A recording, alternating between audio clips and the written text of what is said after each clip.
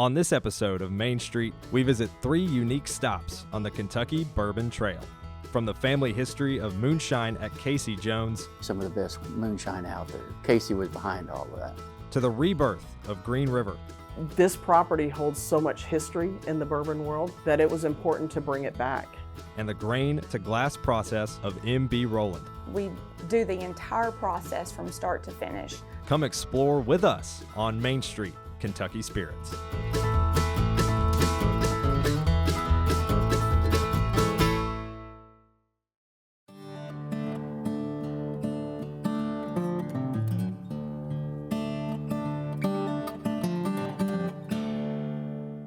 When we started, it was a hobby.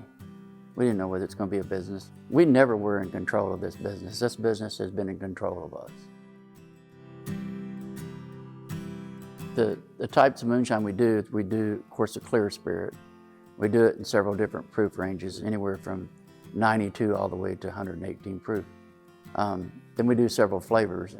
We actually use a natural juice, so you're going to get a really nice taste from it. You're not going to get a medicine-y taste. You're going to get a taste of peach, a taste of Granny Smith apple. In our bourbons, we have a high corn, higher rye, 4-grain wheat we do. You know, our Total Eclipse bourbon, Forbes magazine just put out that one of the top new 7 whiskeys out there. So that's pretty impressive. You know, it feels really good when you get recognized for that. I grew up around my grandfather from the day I was born. Taught me a lot of things, heard a lot of stories about all of it. You know, what came out of Golden Pond, Land Between the Lakes area was considered to be some of the best moonshine out there. And Casey was behind all of that. He was known for his still building more than anything else. He started using what he called a condenser, which is used in modern times today, almost every still you see, where other people were using a copper, kind of like a copper worm. So his stills would produce a gallon in 3.5 minutes. Kind of a mysterious type person.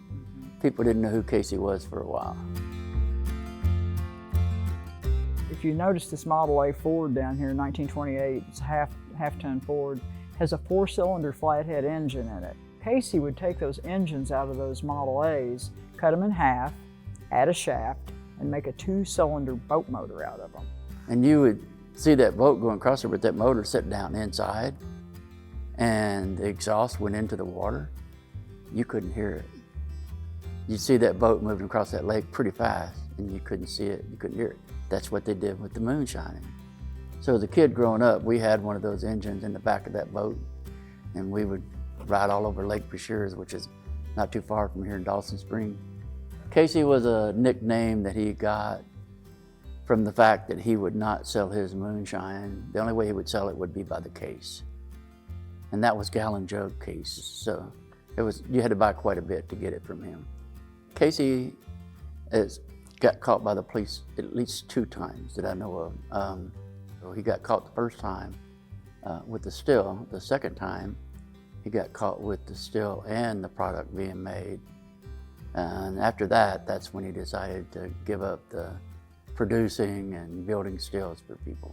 So when my grandfather got out of prison in the 50s, the last time, he actually came to work for my dad in construction. I found out at an early age, so it wasn't any like all of a sudden, you know, you find out your grandfather's a big moonshiner still builder. I mean, he grew up around it and knew it. But I really didn't pay a lot of attention to it until I got older in life. I had an opportunity to do it legal, not get in the same amount of trouble. We started this business, it was really tiny. We still had another business. We'd open it up on the weekends or something. Maybe went from 1 day to 2 days, and from 2 days to 3 days. Eventually I retired first and took it to being open, you know, 6 days a week and so forth. So we've grown it really slow. It's not really work, it's opportunity, it's what we like to do. We don't have to do something, we get to do something. And to have set off on this path really with no life plan to be in this business, it was kind of a one day that still shows up and off we go. 2017, the eclipse that we had here, That was a big one for us. We decided to trademark Total Eclipse Moonshine. So with that recognition of trademarking that and starting to produce that and getting it out on the market, came along a lot of news media. So many times we were doing interviews, we had them stacked up. You know, I'd be one place in the building doing an interview, she'd be another. CBS Sunday Morning did a story on us. And they told us then to be prepared. Your business is just going to go through the roof over this, and it did. So that was the Kickstarter to our business in my mind. You know, it gave us an opportunity and enough windfall to be able to take it to another level and expand the business. So we started in expansion mode, and we've never looked back. We're always expanding. You know, sanitizer business, I don't know if y'all remember COVID. We had an opportunity to come up that we could actually jump into that right away. This is where Cody comes into the picture as well. So I very first started to interface with the distillery, I want to say 4.5 years ago. I actually taught at WKU for about 10 years in the marketing department, and one of my students graduated and ended up starting his own consulting firm. We worked so well together, we decided to join forces. A couple years afterwards, we decided to start the Bowling Green Bourbon and Brew Fest. But about the second or third year of running it, Casey Jones Distillery was actually finishing up a marketing contract, and they were looking for somebody locally to handle some of their marketing efforts. Found us through the Brew Fest, and the tie-in to the Brew Fest led them down to working with us as their creative agency. March of 2020, right as COVID was starting to hit the world, I get a call from Peg saying that, hey, you know, the distillery has to be shut down. We're a non-essential business. We're able to sell hand sanitizer and make hand sanitizers as part of the CARES Act. We want to sell the stuff online. Can you make that happen? So I think within a matter of maybe 24, 48 hours, I got a full e-commerce suite up and running. We wound up, through that process, having 55,000 customers across the United States. We put out more sanitizer in about 4 hours than we could make on the still in 4 months. We ended up becoming probably one of the top 2 or maybe 3 distilleries nationwide selling hand sanitizer. So there was a windfall there for us, but we used it to expand the business again. You know, the new stills and the new still house and new rick house. One of the rewarding things about that was that we were able to take and put people to work when nobody was working. We were able to help people somewhere, save a life somewhere. You don't get a chance to do something like that every day. You know, we're a big tourism draw for Christian County, and we want it to stay that way. We want it to be viable. A lot of times we had to make that decision, we thought either go or grow, and we chose to grow, and that's where we're at. That's our legacy. Hands down, the thing I think I'm most proud of is just the shift in culture that we've had. It's a very almost impossible thing to take a small family-owned and operated business of any type in any industry and turn that into something at scale. And sometimes I had to pinch myself because I think we're actually doing it. And so to be able to do that and then make a great product that's now international and people love, and there is a real story and a real history behind it, that it's just quite an unimaginable, incredible path, and we hope that people will come and enjoy it with us.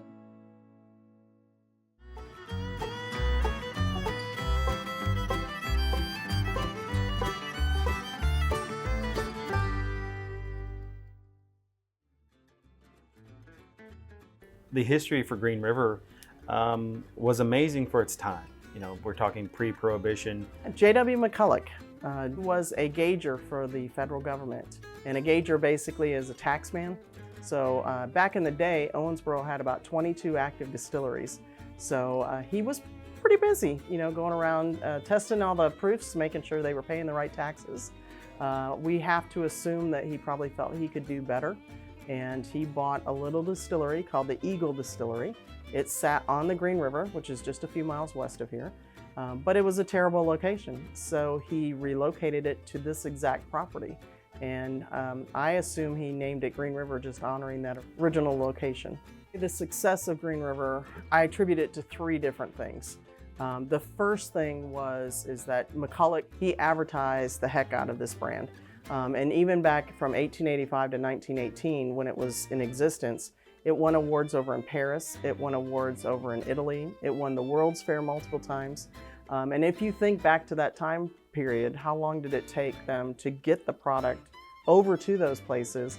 And then to have it there was insane. So that was the first thing that made Green River very successful. The second thing was it was considered the most expensive whiskey ever sold back then. A man in Colorado traded his shares of his Colorado gold mine, called the Forest Queen, for 20 barrels of Green River whiskey. Well, lo and behold, that mine panned out. No pun intended. And Green River then became the most expensive whiskey ever sold. But the third thing, I think, is what made Green River so successful.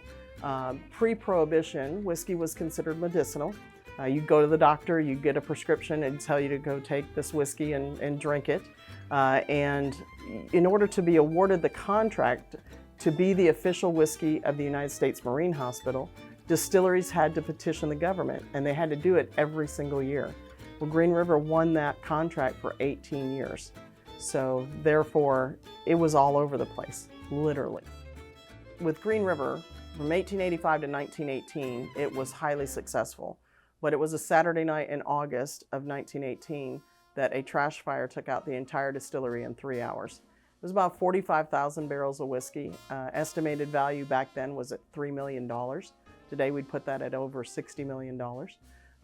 And it was gone in a blink of an eye, the entire distillery. So that was 2 years before Prohibition started. And the distillery never got back up and running. And then Prohibition hit, it went from 1920 to 1933. And the founder, J.W. McCulloch, he actually died in 1927. So the distillery itself got rebuilt in the mid-30s. It never saw success that it had pre-Prohibition. It bounced around a few times, and then it just kind of faded away. But the lure of that 1910s, 1920s era, even the 1880s, is something about that has lured people back in. So a group of investors found the property in 2014, and they purchased it and they rebuilt it.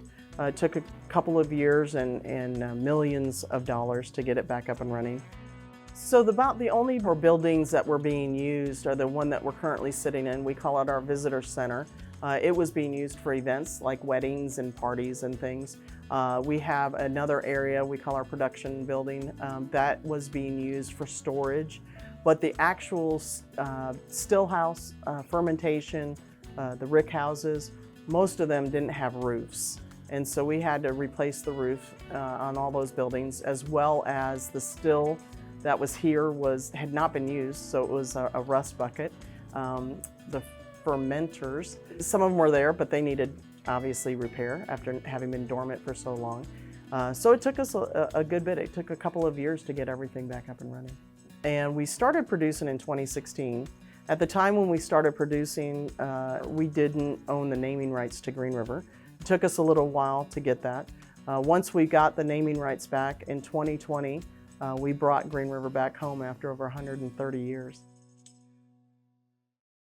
I think as far as being the head distiller, I think a lot of people assume that you get to sit around in rick houses like these and sample barrels all day long.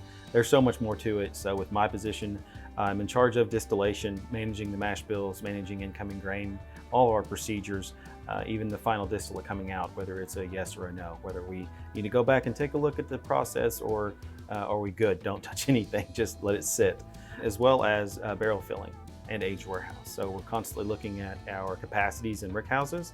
Where do we need to move certain products and pulling products for customers that we have aging? We only have about 5 mash bills with 21% rye bourbon, 21% wheated bourbon. We do a 5 grain, we just started this year, and then we do a 95.5 rye whiskey, which is 95% rye, 5% malt. It's one of the hardest mash bills in the world to make, but we feel like we make it really, really well, and it's a world-class whiskey. We also just brought back a 13% rye bourbon we're going to bring back. So our age profile on our finished products is right at 5 years. Some of the single barrels will be a little bit older, but for our standard flavor profile we look for is that 5 to 6 year range. I feel like with Green River we've set the bar. We've set a bar that needs to be met, and hopefully by someone else gone well past. You know, records are meant to be broken, bars are set to be broken. I feel like we should be raising the bar every day, keep that work ethic, and in that pursuit of perfection, we'll find excellence, and that's what we long for. We call this hallowed ground. We sit on 26 acres, and this is where the original distillery was. Why rebuild here? We're so far away from the rest of the Kentucky Bourbon Trail. You know, again, Owensboro was the mecca for distilleries pre-prohibition. There were about 22 active distilleries. So it was important when you take a look at everything, this property holds so much history in the bourbon world that it was important to bring it back. And when you have such an iconic brand as what Green River was, to bring it back and do it in the right manner and to make a quality product again, such as what was made, was really important. Putting Owensboro back on the map, you know, we sit on the Ohio River, so pre-prohibition, that was the main mode of transportation. So it's been a real honor to get it back up and running and bring some notoriety back to Owensboro. We consider ourselves the Western Gateway to the Kentucky Bourbon Trail. We're a heritage member, and it's a fun time. It's a great industry to be in. The people that started it to begin with, they deserve to have that notoriety from 1885 through now. And so living here in Owensboro, I am very proud to represent Green River and go out and share our story. It's a great feeling. I've been here since 2018. I started here as a tour guide. Now I'm the National Brand Ambassador, and people are excited to see Green River, and they want to hear the story, and they want to come visit. To me, that's a very proud moment, to know all the hard work that we've all put in here, to see it all come to fruition. There's a love here for not only the craft that we do, the place we work for, the people that we work with every day. It's a really good family to be a part of. We are developing an interest for this part of the state. We're drawing interest to Owensboro and Daviess County, and we're growing interest in our industry. We want people to understand that, yes, we make whiskey, but we provide a lot of jobs, and we provide a lot of help to our communities. We have a story that we don't really have to work on a whole lot. It tells itself, and I think people are really drawn to that, and the consumer can really feel that with their experience here at the distillery and when they buy one of our products.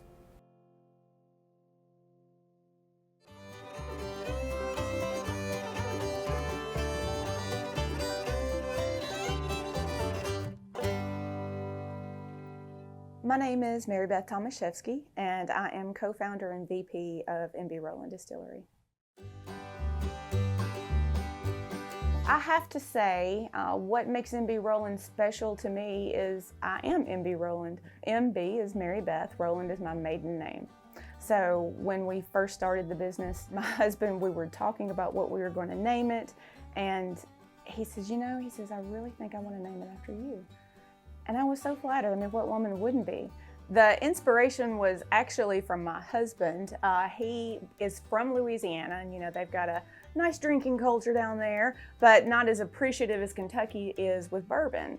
It was kind of a thought based on kind of looking at microbreweries and wineries and how they had evolved, a lot of small producers over the past few decades, and I felt like it was coming at some point with particularly craft distilleries, and the impetus was the Amish dairy farm came up for sale. As it was Amish, normally they trade within their own communities, but this particular group had cut ties and they were selling on the open market. You had to really be able to conceptualize what we were going to do with it when we got the property. We didn't have electricity, so we obviously didn't have any internet or HVAC or anything like that.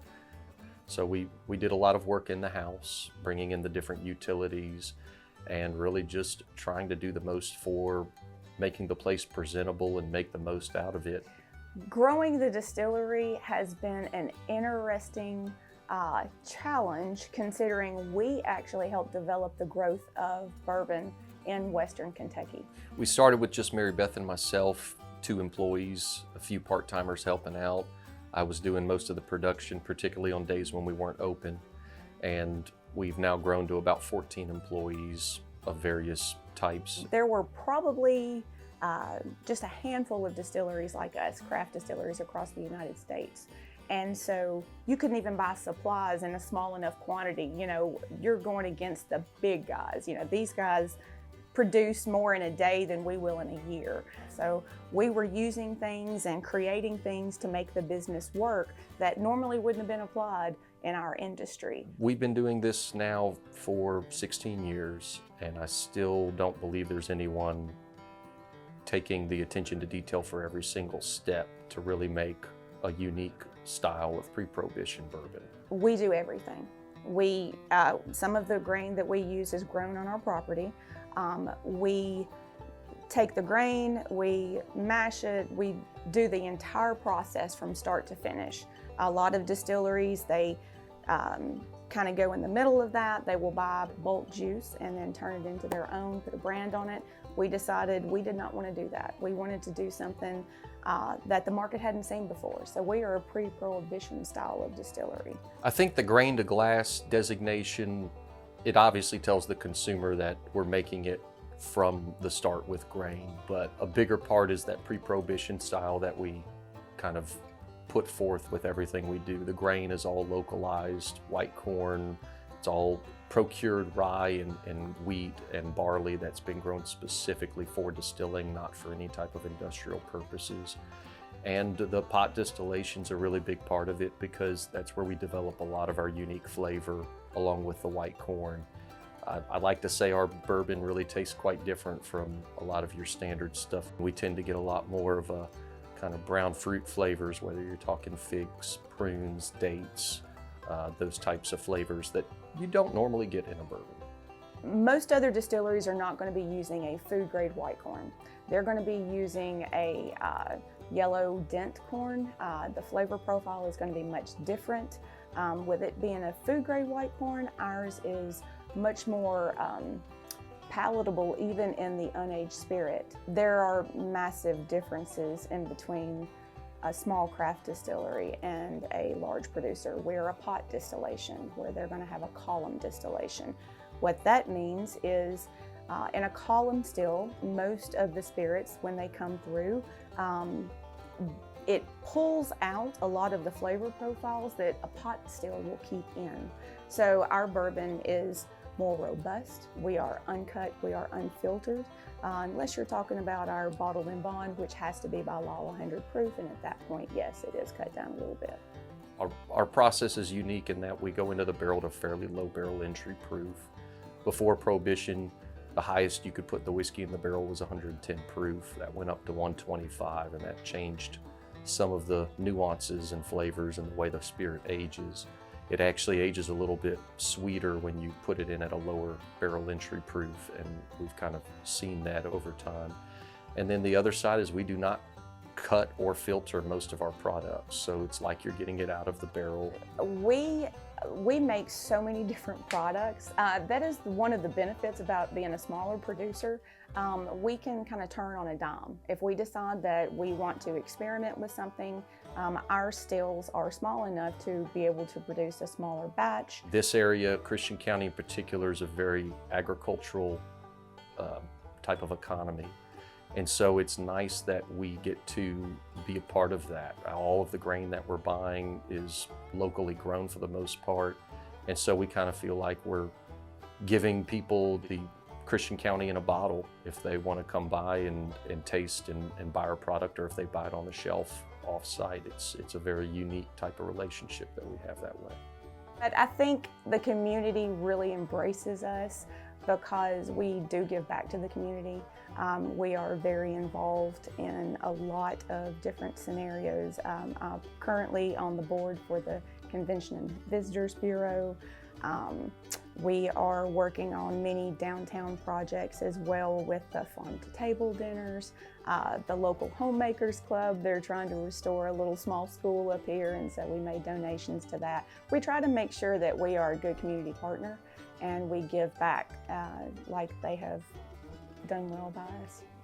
since we've always made our own juice since day one, I feel like people appreciate that a lot, as opposed to if we started our business with a sourced product.